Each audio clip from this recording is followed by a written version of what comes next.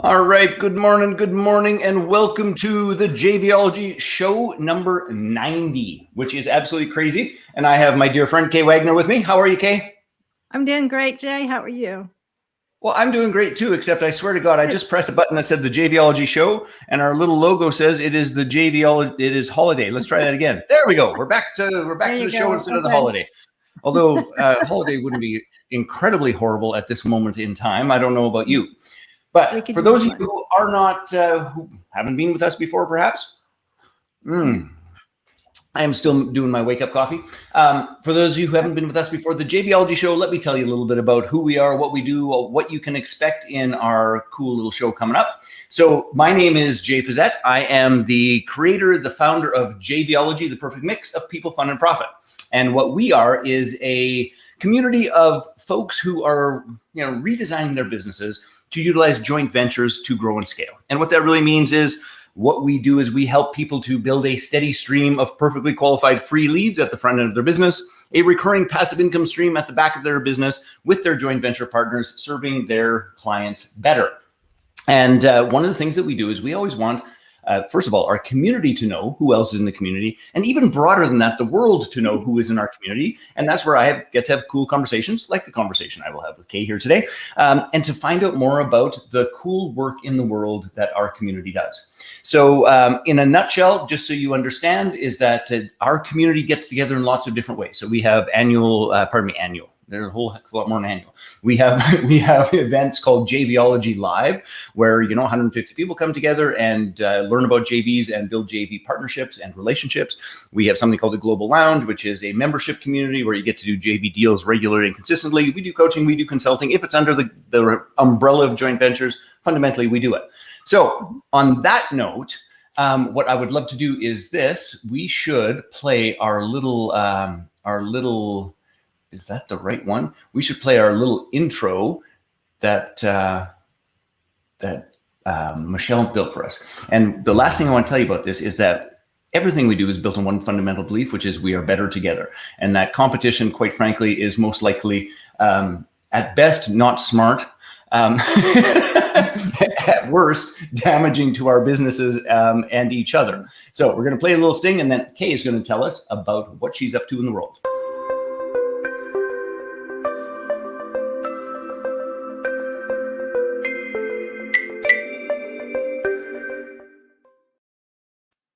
All right, enough of me talking. Ms. Kae Wagner, how are you today? Yes, I'm doing great, Jay. I'm doing great. I'm in Florida at the moment. I'm in Florida. The weather's gorgeous. Sorry, it's like summer camp here, so it's all good. You know what? I was saying to the boys, is like Mother Nature is flirting with us in Calgary, Canada, because yesterday it was like 6 above, and then it snowed last night. And so it's like, but anyway, it's coming. Yeah. So, Kae, why don't you tell us, give us, you are a fascinating woman with an incredibly broad base of skills and abilities and those sort of things. So maybe give us like the 10,000 foot view of your, who you are, who you serve, and what you're focusing on these days. Right. Yes. Thank you, Jay. Well, so I have North Star Marketing. I'm Kae Wagner with North Star Marketing, and we've been in business for a long time, operating as a regular agency and then a digital agency, which we still do some of. But I also do a lot of coaching work, and I work with coaches to get them started, get them moving, get them, going on the coaching journey. And we have a Facebook group, the Coaching Journey, but also I do a lot of one-on-one with people and also masterminds. So I wanted to really share with your people today, Jay, about the two key things that we look at with the coaching journey. And that is, and feel free to ask me any questions as we go along here, Jay. Oh, I have a long list. Okay, good. Because, and I think this too, is that I have spent, frankly, long before coaching was even a thing. We certified facilitators and coaches, and I have done so for hundreds of folks before it was really a recognized process even. So I have questions and opinions. So I'm really looking forward to this conversation. Okay, good. So I want to cover two things, and then we'll get into some questions. Okay. So when we look at the coaching journey, we look at two primary things that you need to be aware of as a coach, no matter where you are in the journey. And the first one is that you are building guardrails for your business. Coaching is a business. You're a business person. You're a business owner.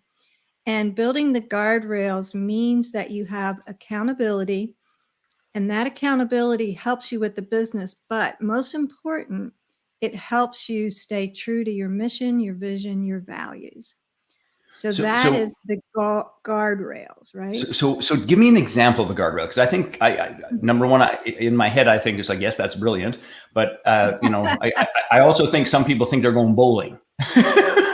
No, it's more like a train track, right? This is a journey. This is a journey. It's a train track. It's not the bowling alley.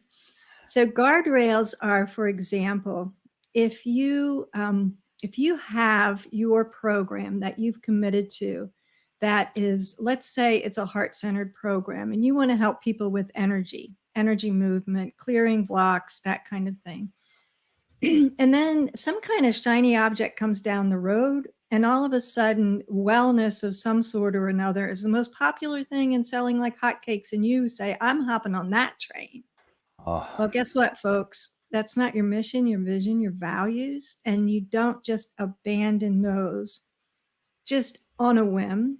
And this is where the guardrails come in. And so it's tied into staying true to your vision, your values, really what your truth is, but also that accountability piece. Because like you said, we're better together. We need people to help us stay on the train, stay on the guardrails. You know, the guardrails keep us in our lane, so to speak. And it is so freaking easy, Jay, these days to like hop on to whatever the hottest thing is. Okay, so I know you got another thing you want to say. So I do. We got to come back to this. You do yours first, and then because that whole bandwagon jumping thing is crazy to me. I know. So number one is building the guardrails, and number two is building the conditions for your success. So when we look at the conditions for your success, these are looking at the things that make your programs work, your coaching work, your Facebook groups, your masterminds, all of those things. The conditions for success are what makes your business work.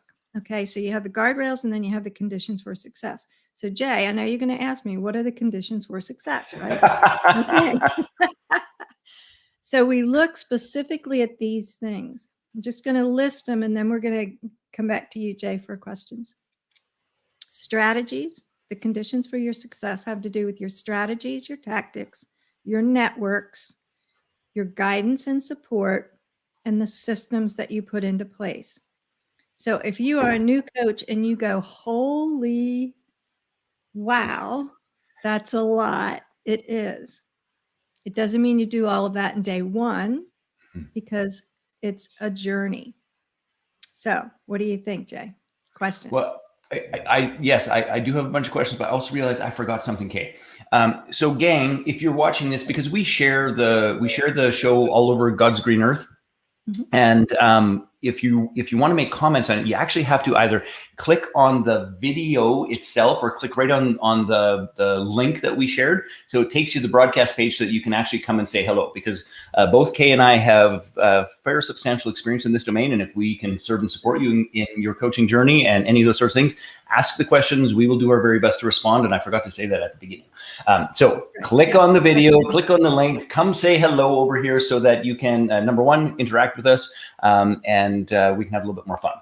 Okay, so here's my, and I perceive that both these things are related. So you tweak me if I'm off. But what I'm going to call the bandwagon jumping. The bandwagon jumping I perceive happens when they haven't built a business that actually works. Like nobody has a business that's like printing money and having fun, and I'm serving my ideal clients and everything's fantastic in the universe, and it's like, oh, hey, shiny object over there. That looks way better. Like no one does that.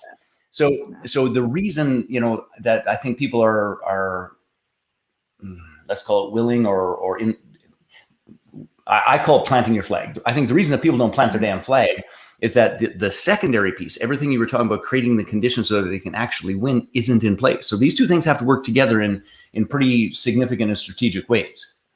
Right. So that's very true in terms of not having a successful business or not having the business that you want. But there's also this whole thing of business ADD, right?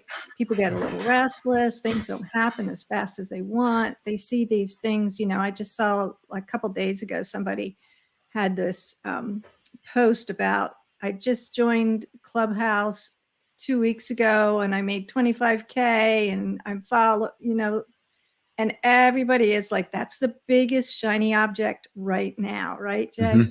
That is Well, a huge shiny object. I think my dear friend Cody Birch. Mm-hmm. So I love this. He had a post the other day, which was really fantastic. Which big, the big meme is like, how to make money on Clubhouse, and then scroll down and it's like, delete it off your phone and get back to work, you dumbass. That's perfect. That's absolutely perfect. So what I do is like, I see, because we subscribe to everybody else's work because we want to know what's going on, right? So I see all these claims coming in, all this stuff, and I'm like, liar, liar, liar, liar. And that's just my way of saying, no shiny objects today, my dear. Yes, there are often in people's results, let's call them rounding errors. Yes. Yes. I was having a conversation with someone. It was like they were talking about annual sales. It's like, holy crap, that's a hell of a number you've got there. And it's like, so tell me how you accomplished that. And then we find out it's like, well, actually, no, we only sold X number of dollars over 3 months, and we just times it by 4 for our annual sales. Right. Which are really good months. Yeah, that's not annual sales, my friend. That's not how it goes. But and anyhow, even deeper than that, is the $1 million launch that costs $1 million or more, right? or net more. Zero, right? Yes. So what I see actually with a lot of coaches is the lack of awareness of best practices, and a lot of that has to do with financial calculations, accounting, net revenue, overall revenue, cost of sales, all that kind of stuff. Yeah. So we know that people get into coaching often as a result of a deep passion and of something that they've been through themselves personally. But that also means that then you need to also become a business person. And that's really what these guardrails help you do, and what the conditions for success set you up to follow that passion. Nobody wants for you to give up on that, really. But that's just one piece. Can I ask a question that wasn't on my list, but and I was the 2012 Coaching Federation survey and those sorts of things. So this number is dated, but the average coach in 2012 was making under $25,000 a year. I mean, that's literally barista.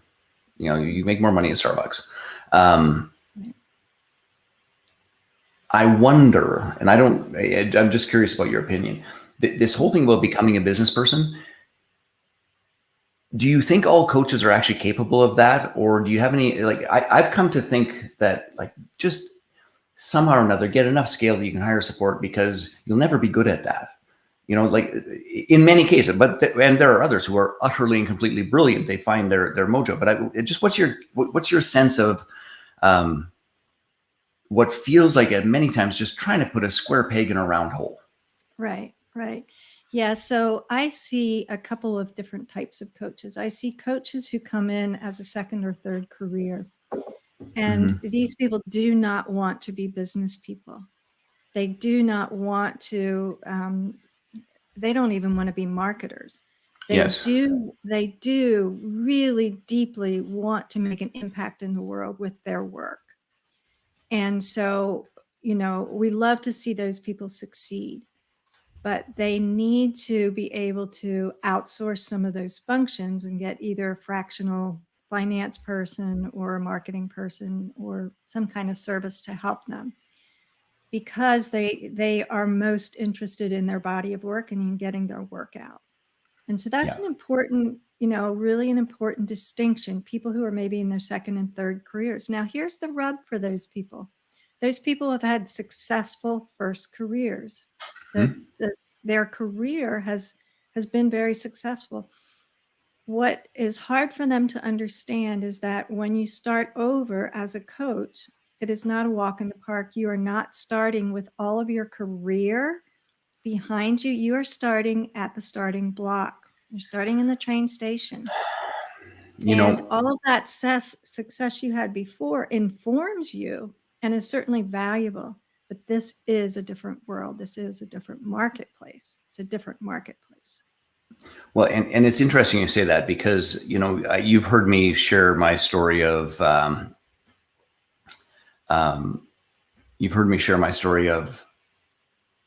moving from, let's call it bricks and mortar personal stuff into the digital space. And I think, we did strong 7 figures for years. It was like, how hard could this be? Turns out that's not a question that you should ask the universe because it will deliver the answer to that. Here's how hard it is. Yes, exactly. Any more questions? Right. Got it. But truly, I dragged a bunch of things that absolutely worked for me in the previous career. There was a particular way and strategy and process that worked for delivering value, creating relationships, converting people in person that absolutely 100% worked against me in the digital space. And it took me way too long to figure that out, to be perfectly honest. And I do think that there are times where like that whole piece works against us. In fact, I recall there's actually a woman in Calgary. Her son was doing a bunch of stuff and is going to make this big splash in the digital space. And I discovered in the original call, they have built a television studio. They have filmed and produced 3 different courses. They have done all of these things, and they haven't sold anything yet. Right. And it's like, oh my dear God, you poor, what's. But it's like, no, this is how I'm in construction. This is how you do it. You build shit, then you sell it. It's like, right, exactly. Not here, buddy. Not here. So anyway, it's a different marketplace. It really is. And we do have a different kind of coach, and that coach is often someone who does have some business savvy, who understands metrics, the importance of guardrails, the importance of structure, the importance of process. I can't emphasize enough, Jay, people understanding structure and how to operate within a business structure. And so talk to us about that more. Like what's an example of where somebody screws it up, and what's an example of where it's like, hey, this works? Right. So a lot of coaches, we'll talk specifically about coaching, right? A lot of coaches structure their business around one-on-one work. And so that is their business structure. And as they go to scale, they discover that kind of business does not scale, or you have to change the business structure for it to scale. Yes. So that's just a real tiny example. There are other structures that you look at as well. Those are the structure of how you set up your finances, how you set up delivery of your work. Jay, that there are software platforms that people can use to actually manage their memberships, their groups, and all of that. So those kinds of options, technology. And here's the thing. I think that people fail to use technology to the best of its ability because, number one, a lot of people in second careers don't have the same kind of, how do I say this, maybe tech savviness. Yep. That makes it easy for them. I see a lot of people struggle with, not having more than just a foundational understanding. And so when there's a new shiny object that comes along like Clubhouse, it's like, what the heck? Yes. Now I have to learn that too? No, you don't. You don't. And I think it's important to draw those lines. It's interesting you say that because, how do I put this?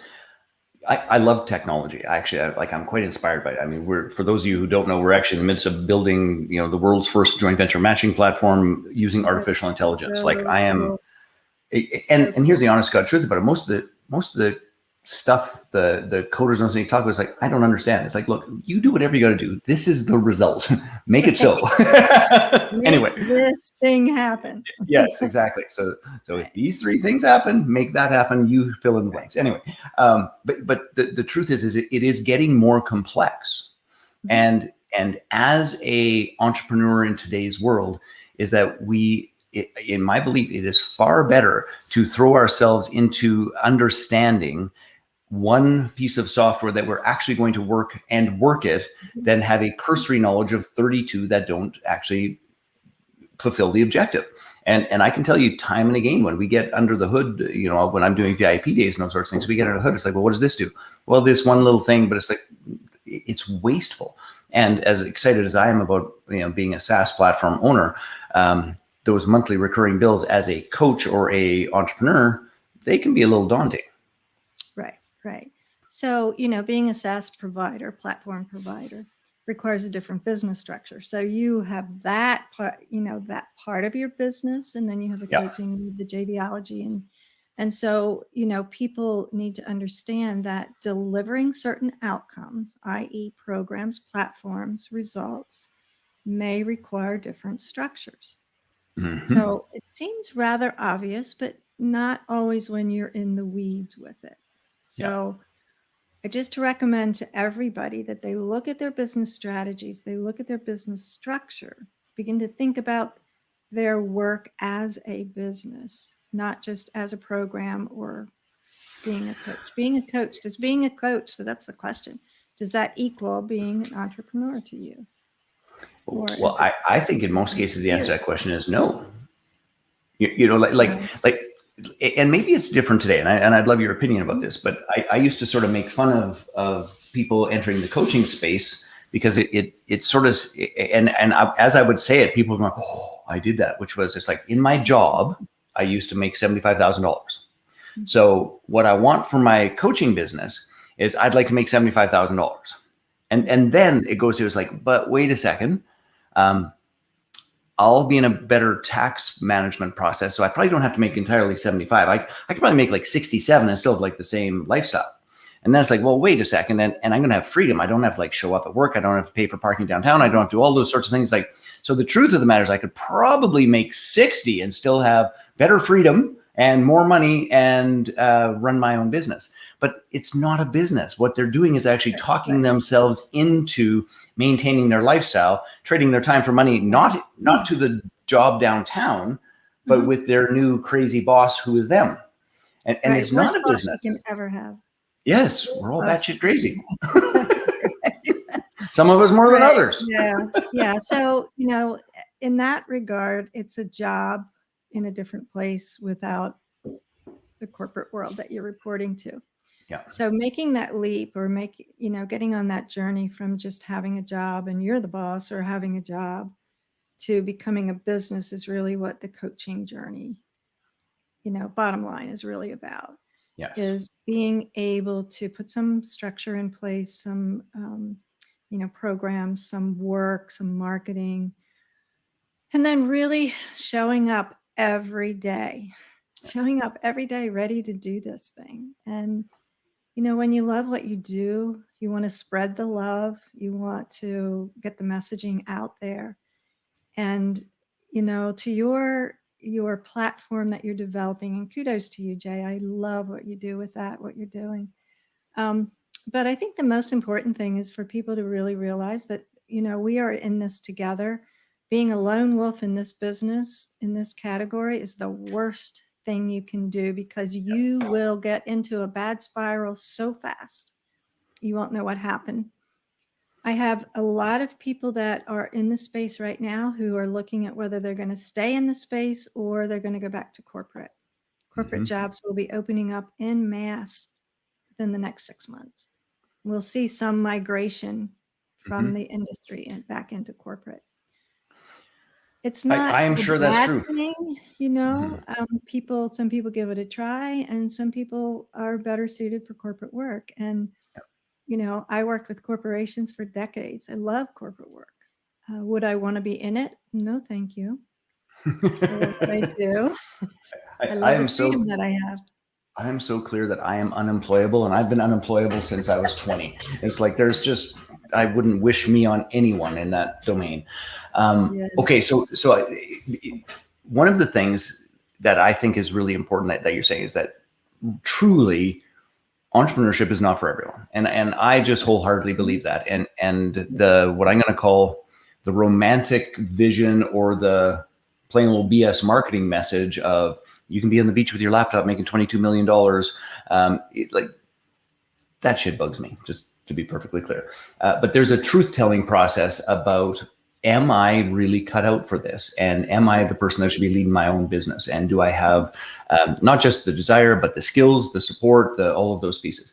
So you have an assessment that we're going to share with the group. And does the assessment help point in that direction, or tell us what the assessment will help us with? I think the assessment is really maybe a truth moment where you get to assess yourself on these conditions for success.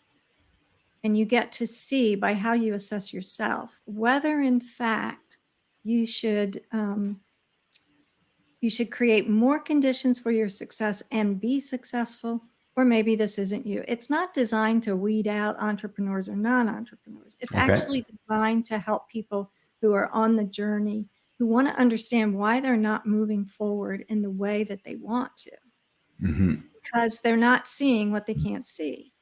You know, and that's the beauty of we're in this together. We share things, we share resources, we give, we share what works and what doesn't. And at the end of the day, it's what works that really counts. So I was in a group, the entrepreneurial, the EOS program, Traction and Momentum. Most of you know about that. I went through the training, fantastic training. One of the adamant rules that Gino Wickman has is when we talk in the mastermind groups and we talk in our groups and discuss ideas that work, you do not talk about theory, you talk about reality. If you haven't done this thing, then you don't talk about it. You talk about it when you have actually done it, when you can point to results, to metrics, results good or bad, metrics good or bad. But this thing about pie in the sky, just think it and it will happen, attraction versus acquisition, you know, people need to really discern what really works. And we get tantalized, we get seduced by fantastic copywriting. And I love copywriting. I'm a copywriter. I'm sometimes guilty of seduction, but you need to discern. As we all should be, just to be clear. Right. So one of the things that's coming up, I think, with you and me, Jay, is I'm doing this webinar and I'm going to be talking about eye candy, hard proof, and seduction. And that's the 3-part formula for writing sales copy that sells, right? So, but we have to be careful not to say that again, because I want people to, and my dear friend Charisse is online. She summarizes stuff perfectly. So it's eye candy, hard proof, and seduction. Right. It's the 3-part formula for copywriting that sells. I like it. I like it a lot. It's actually the 3-part formula for everything in life. I was just going to say that selling whatever you're selling. No, it would be perfect if I was a relationship coach. I could use that. Absolutely true. That's classic. I love that. Okay. Yeah. Anyway, carry on. I got distracted there for a brief moment. Right. So anyway, the assessment is not to weed anybody out. The assessment is to help people take a look and say, okay, I see what I'm missing. It will point out the gaps of what you're not doing that you could be doing. Nice. To actually make this journey better, faster, easier. Love it, love it, love it. Okay, cool. So I put the link in the chat, but I'm going to put the link in again, just in case people miss it, because sometimes that occurs. And that occurs, yes. And we'll say, take the assessment here. Right. It's a very helpful tool. And then in the link, in the email that people will get when they get their results back, they'll see their results, but when they get the formal results back, there's a link in there if people want to connect with me and really take a look at those results and see what's missing and what they can do about it. Outstanding. Outstanding. All right. So short version is this, gang. People erroneously believe because, and I'm going to summarize, Kay, and then I want you to have the last word. Okay. So people erroneously believe that coaching practices are easy to build, and that just because I'm charming and I have a niche and I have an idea and those sorts of things, the world's going to beat a path to my door. It has never been more competitive. It has never been more full of static. It has never been more, let's call it well-manned or populated than ever in the history of the world.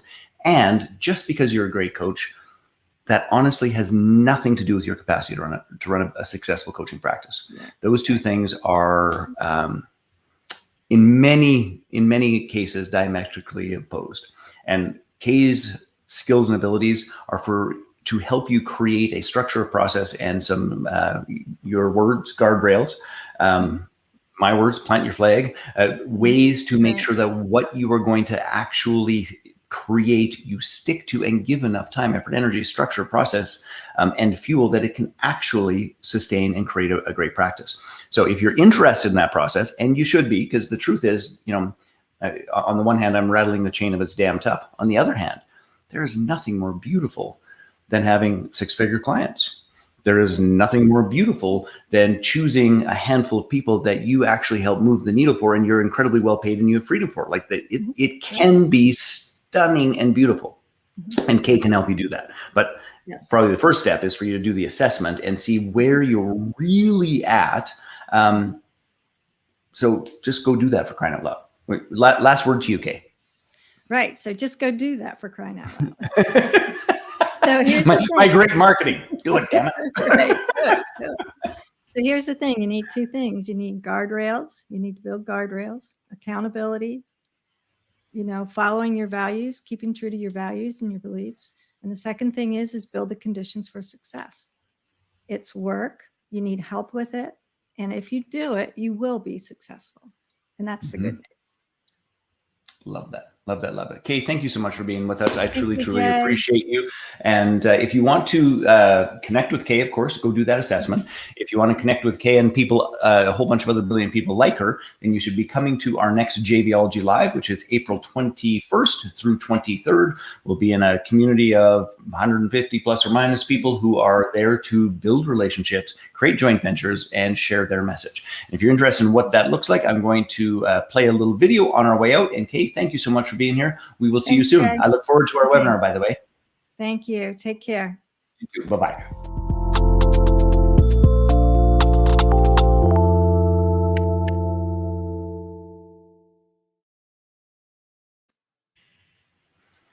Well, that was interesting, because that's not at all what I thought I was playing. Is that it? Well, let me try this one. I think this is... I wasn't sure if I was supposed to stay or go. You're welcome to stay, but there is a couple of minute little video that I want to actually play.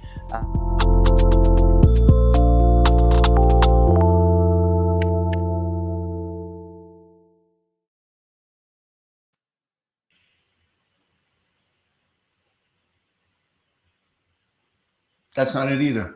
So I have 3 videos in here, and now I have like 37. But I don't know which is which. I'm just going by the logo. Anyway, so on that note, gang, go visit the website. It's in the chat as well. And, come play and hang out with us, and make certain that you connect with Kay. All right, now we're really done. Okay, we're done. See you. Bye. All right, take care. Bye-bye.